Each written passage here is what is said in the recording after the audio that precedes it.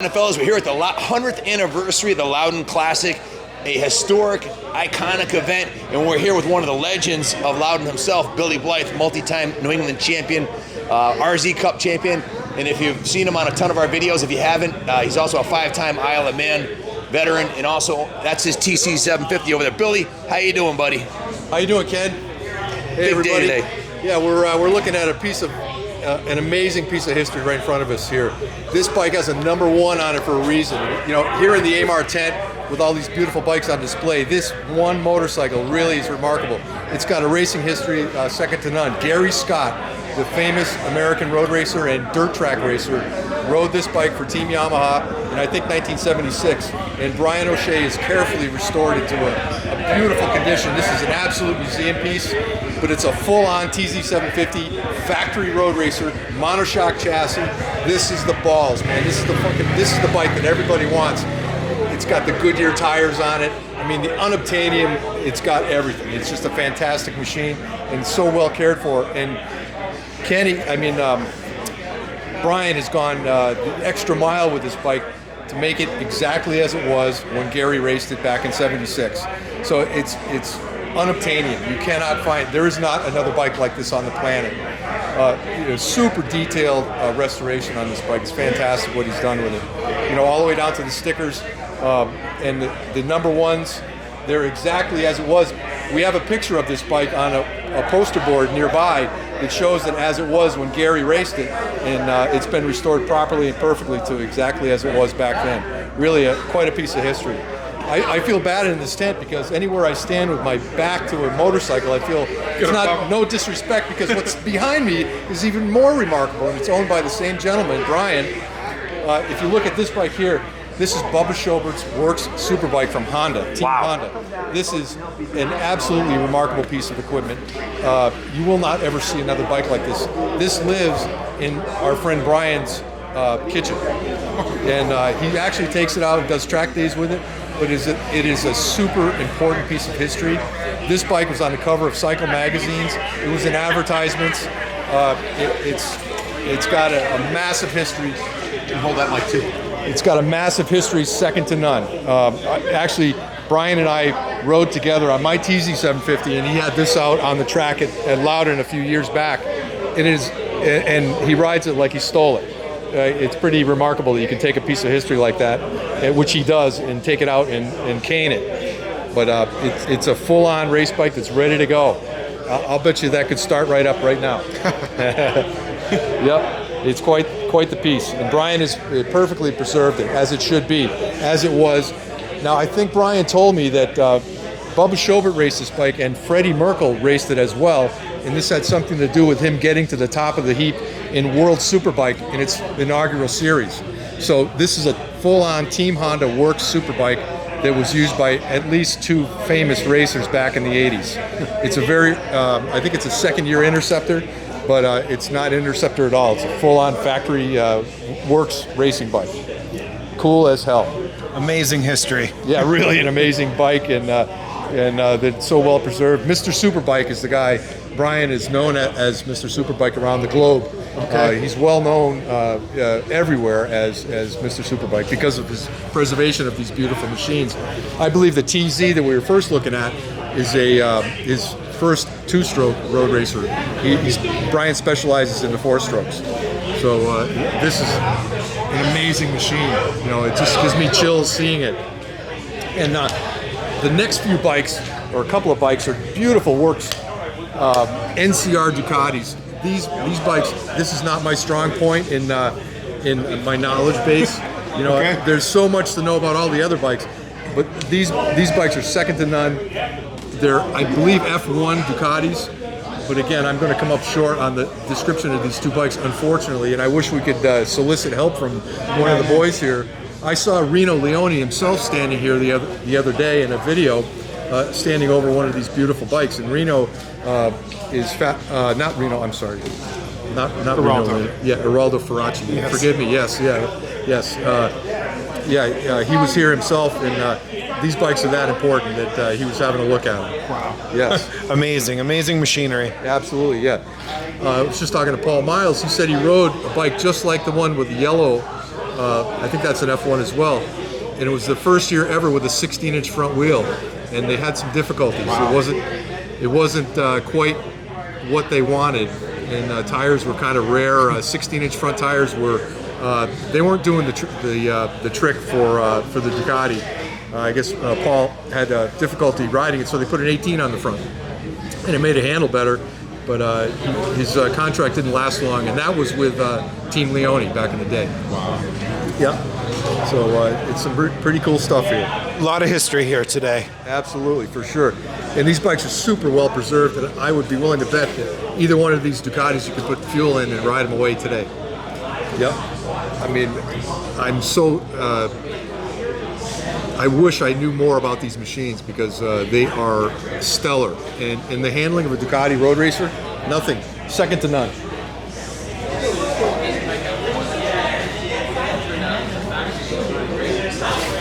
That's right there. That's sex on wheels. These two bikes are unbelievable. It doesn't get much bigger than that. Yeah, really, it doesn't. Right, and it lasts a lot longer than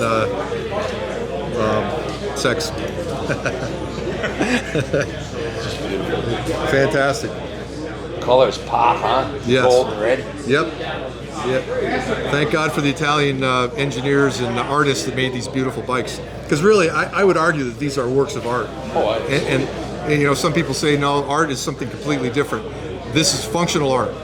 It really is. And man, and the sound of these, it's too bad we couldn't fire them up. Can you start something today, Bill? I would love to, but I think it would be frowned upon here, but yeah, we might start the next one. I love it. If you want this video to get 600,000 views, you gotta fire that up. Fire that baby up. Well, it's got fuel in it. It might have some fuel in it. The bike is starting at the beginning, and it'll get 500,000 views. All right. Well, hey, man, here's to that. You gotta give the people what they want. They love to hear this. Exactly. So tell us a little bit about this, guys. Does this look familiar? This has been in about 1,000 videos because it's in front of Bill's desk at the shop. It's never far away from him. Yeah, right. This bike I love to look at. You know, I'm the only guy that can put my water bottle on a tank. Paul just noticed that, you know. But really, out of respect for the bike, I won't do that. It's this has a huge history. I traced it back to the original owner. This bike was originally owned by the winner of the Indianapolis 500 in 1952. So Troy Ruttman won the Indy 500, went on to drive for Formula One, for Ferrari in Formula One in Europe, came back to America, bought a Yamaha franchise, and this is one of his first sponsored bikes that he had Dennis Purdy ride for him. And it's described on the poster board behind you, Ken. You know, some of the pictures of this bike are here. Let me just point out a few facts here. This is Troy Ruttman, the original owner of the bike, and there's Dennis Purdy, the guy in all these other pictures that raced the bike. But Troy was quite a remarkable guy. I tracked him down in Florida in his retirement, and he told me all about the bike and his experience with the team at Daytona. That picture there is of 1974 Daytona. Actually, all of them are. This is the team with Dennis and Troy after a successful finish at the Daytona 200, which was pretty remarkable that year. The grid was full of these bikes, and if you ever heard this start, which you may later, oh yeah, I can't imagine 40 of these bikes firing up at the same time. It's deafening even with just the one. So to track the history down of the bike, if you look now to the right, Ken, right here, this is the bike we were just looking at the other end of this road. This is the Gary Scott, Brian O'Shea #1, AMA #1. This bike here in the picture, and on the same page, is the bike I'm leaning on right now. That's in its second ownership from Bob Nichols from Connecticut.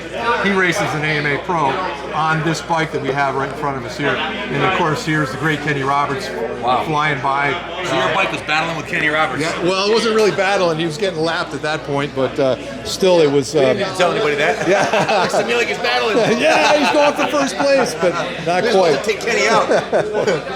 Right. So it's got quite a history, and the last picture at the bottom there is Bridgehampton, the great Bridgehampton Raceway.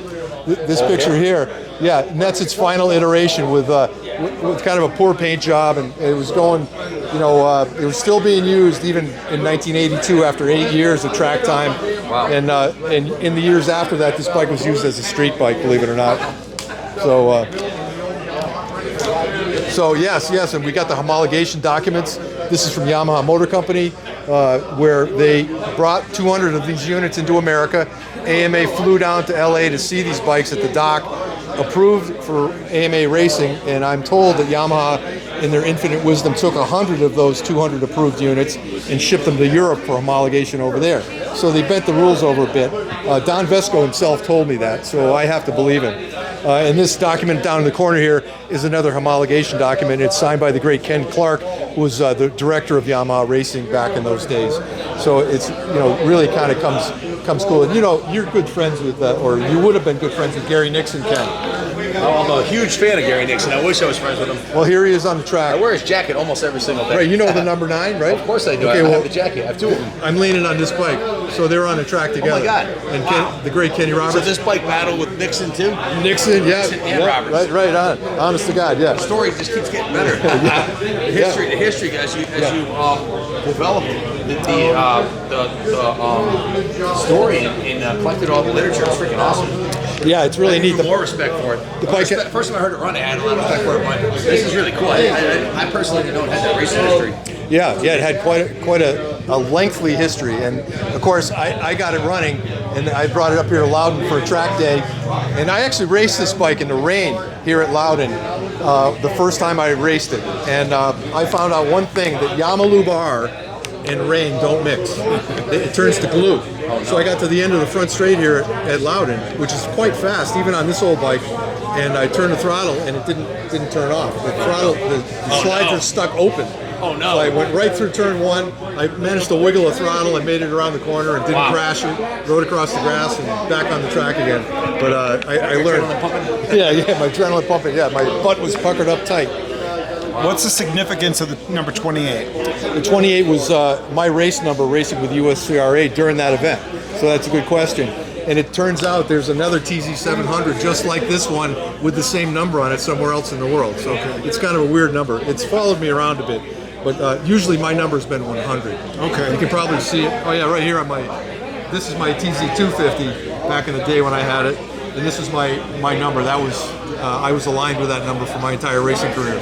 Me too. I've been the Neymar expert number 28 for the past 18 years. How cool is that? Yeah. Wow. 28's always been my number. That's cool. Carrying the torch. Yeah, well, hey man, maybe it's got your name on it. Yeah, you never know. Yeah, for future use. I started doing some USCRA stuff recently. Oh, very cool. Yeah. Really enjoying it. Yes, it is. It's a little different pace, isn't it? Yeah. I need the proper bike though. I've been showing up on a modern Kramer, and they're not very happy about that. Really? It's a cool bike. They like having it there, but it doesn't fit in their classes. So I need to get on something good. Exactly. I don't know if they have a class for these anymore. In fact, TZ750'S were written out of all the rule books in the 1980s.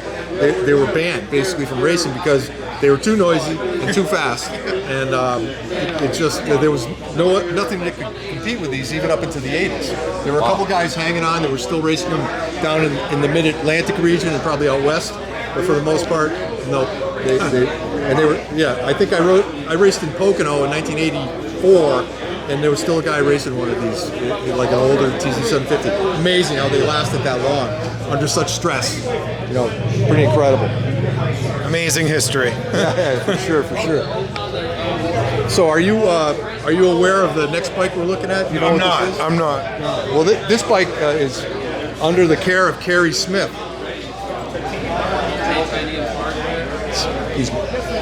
Jerry? This Kerry Smith has raced this, and this was her father's racing motorcycle, and he unfortunately passed away a few years ago, but she's kept the legacy going. Her mother was here and just described the bike a little bit to me. I know very little bit about it. I think it's close to retirement, but this bike has run many racing miles under the care of Kerry and her father. I think I saw her. Is her race? Yes. Say Jersey Girl on the back. Yes, of it? Jersey Girl. She's still in the hill climb. At the hill climb. Yes. This bike, she flew. This thing sounds awesome. I think you mentioned that. You were impressed. Her last week racing this thing. Yeah. I know you were impressed with her progress up the hill. She's a Class 1 top rider, and she shows the boys how to get home. Yeah. I raced against her in the twins class. Oh, cool. At USCRA. Yeah. Perhaps even on this bike. This is a twin. Yeah. Actually, it's modern stuff. She's on an SV. Okay, SV Suzuki now. Yeah, her mother was saying that she's now moved on to use the SV more. and this is getting closer to retirement. But this was her father's bike. And, Wow. And yeah.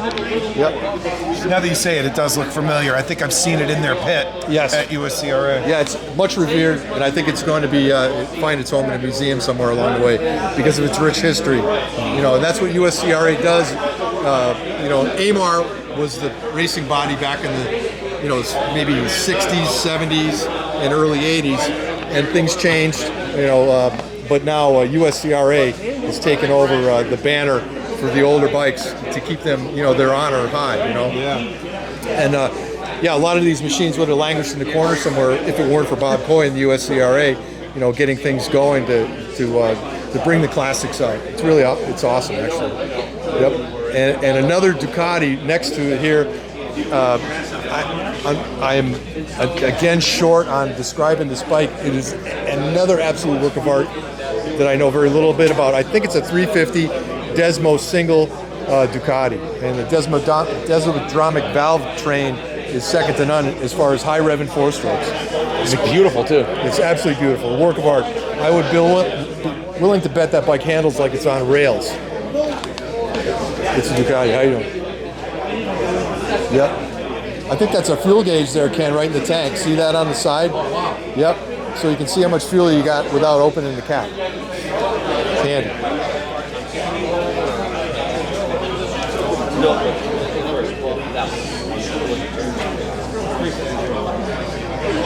Beautiful piece. I love the exhaust on it. I bet this thing sounds wicked. Yeah, for sure. And the rev counter, This exhaust is probably bigger than the piston. well, you can reach down and adjust the valves right through the end. And it was 2009 champion apparently. Yes, without a Beautiful doubt. piece. And another bike that I come up short on describing, but it speaks for itself. Got history. Yep. And more of the same.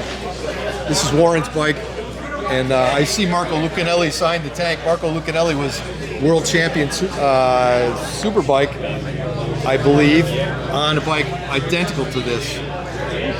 And again, I can't tell you what it is. I think it's an F1 Ducati. This one looks like it's got some time on it, and I bet you it's got a whole lot of history to tell. Beautiful bike too. All the Ducatis are beautiful. Yeah, Warren's here, but he's not right near us, so I'm going to have to defer to you know, people in their own base of knowledge and what it is and what it's done. I noticed it's got cooling things here. I saw that. Yeah, the scoops that send the cool air into the motor. I like that. Homemade cooling ducts. Yes, right, indeed. I'm sure they're Whatever functional. gets it done. Yeah, that's right. Yeah, that's right. You got to keep them cool. You know, when they're air cooled, they got to have a cool drink of air. Billy, check this out on this side over here. It's a belt drive. Oh yeah, the valve driven. That is so cool. Yeah, exposed. Just don't put your finger in there. Yeah, be gone. Yeah, for sure. That is amazing. What a wicked racing machine, huh? Yeah, dry clutch. You know, big old. I'll imagine that's a 750 twin right there. The elephant. So cool. Right on. That is beautiful. This looks like a brother of it over here. Right, the 750 F1. I remember these on the track, and they were so beautiful sounding. They had that wonderful that V-twin, big guts, big motor. In fact, I was sold so much on these bikes that I went out and bought Ducati 851 for myself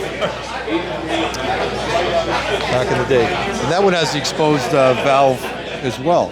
So that must be maybe factory, I would guess. Holy smokes. This next one, to me, I'm sorry. It's one of the best looking motorcycles you could ever see. Honestly, and I would agree. It's oozing with coolness.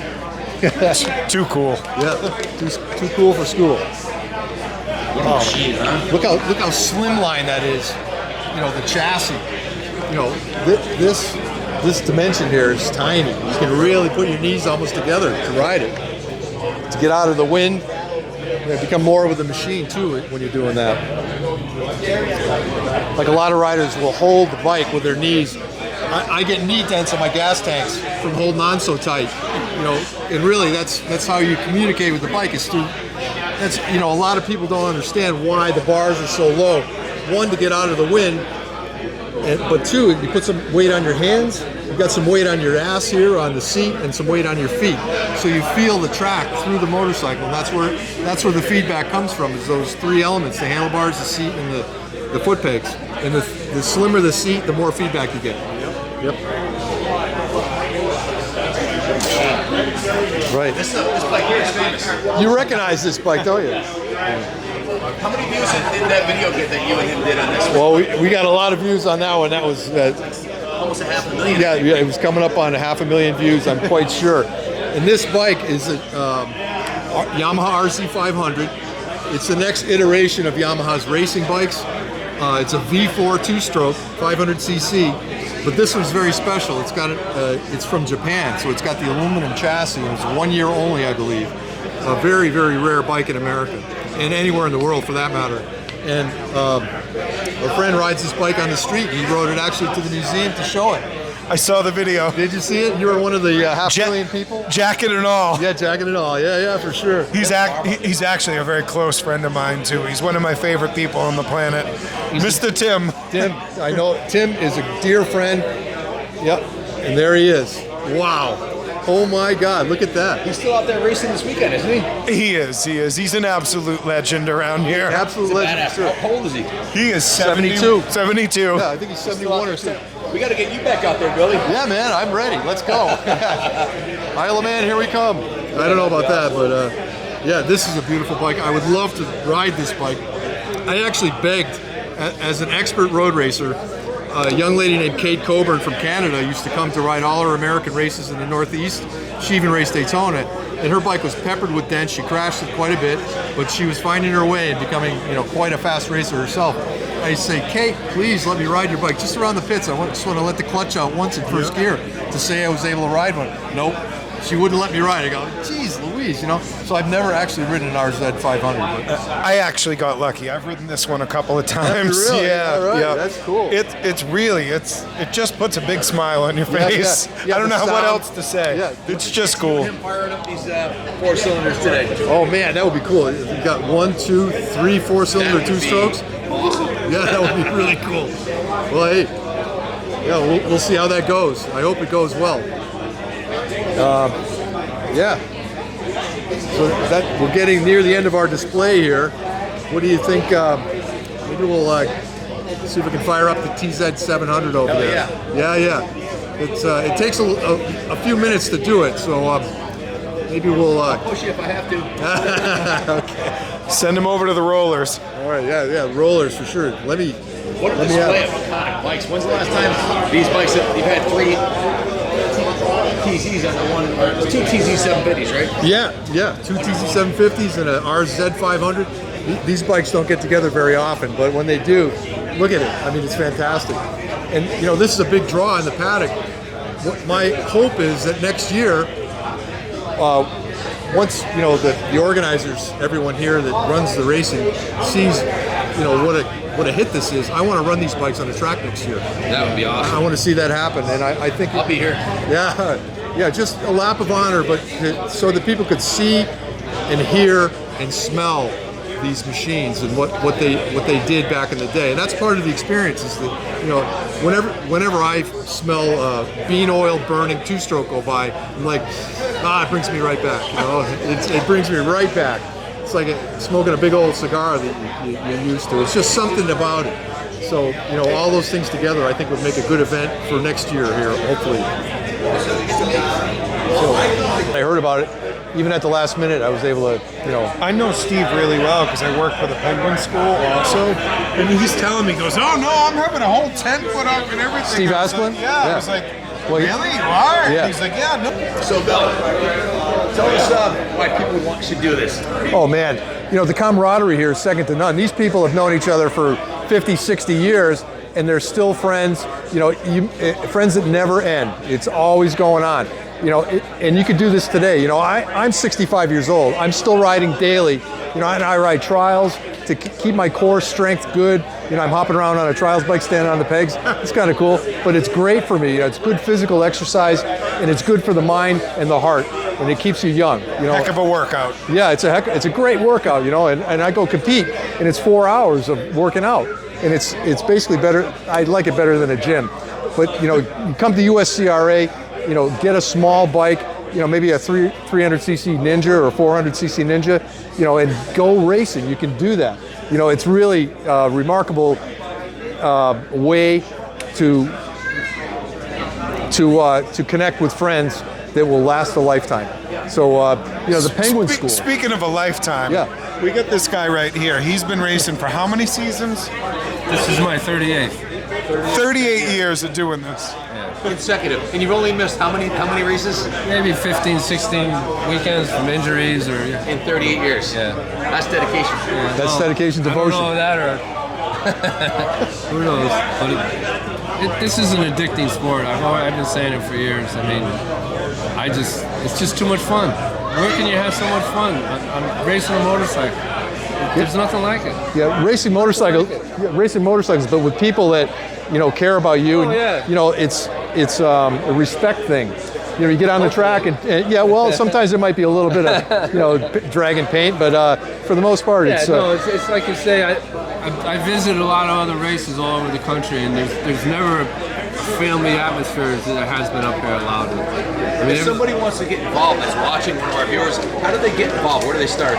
You start in the Penguin School, and the Penguin School is like a beginner's class, and you can actually start off, if you want to get a race license, you can go out there. They also have track experience classes where you can take your street bike out, just tape up the lights and stuff, and go out and get your first little taste of it. We've had a lot of guys that now they just started like a street class. You can ride Super street class, so you can just not have to go through all the really make the full commitment, no time. And then if you like it, we've already had a lot of guys that do it for a couple weeks, and then they jump into the sport. Awesome. And people of all ages. I've seen some young kids start here at 14 are now racing Moto America at the highest level in the world. They're paid athletes. So you can be 14 or you can be 58 like me or 65 like Billy. It's a sport you can do your whole life, right? You're living proof, 38 years. Well, one of the interesting things you do on Friday at the Penguin School, Eric would always, every year, his question is, who's new to the racetrack? And a lot of people, we'll say 10, 12 people will raise their hand. If there's 12 people, 8 of them are over 40 years old. Like you say, riding on the street their whole lives, want to get a shot at it.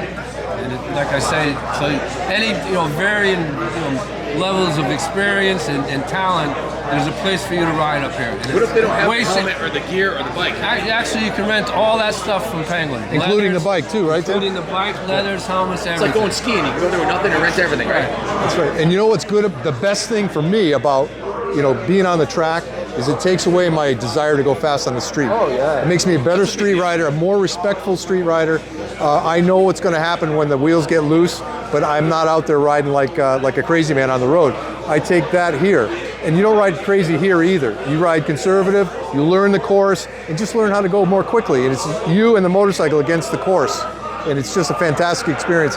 It really makes me a much safer street rider, which is a good benefit to this. The downside to that is you have so much fun on a racetrack, you won't want to ride in the street anymore. Yeah, that's right. You don't have to worry about getting a ticket, you get a trophy instead. Exactly. You get a reward instead of penalizing. Exactly. But it's so much safer. I mean, if you do have an accident on the track, there's medical people, there's an ambulance here. I mean, if you break your bike, as Bill said, the guys around will help you fix it to get you going again. Right. You're on the street, you're going to lay on the ground for 10, 15 minutes. You're not competing with texters. Yeah, right. Exactly. Everybody's going the same direction. There's very few, if ever, any vermin on the track, like little pets or anything.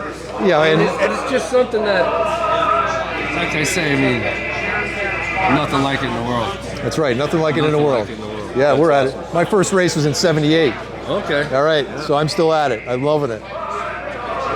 Rick, if someone wants to get involved with this group of riders with vintage bikes, how do they do it? Best way to do it, if you're in the New England area, come out and hook up with USCRA. You can get licensed by them and race with those guys. And then anything a little bit more national, you're going to go to Ahrma. They run all over the country. It's Ahrma. Rick, we got a couple semis behind us here. Warhorse, Ducati, and the X-Star Suzuki team. Are they lining up for the races?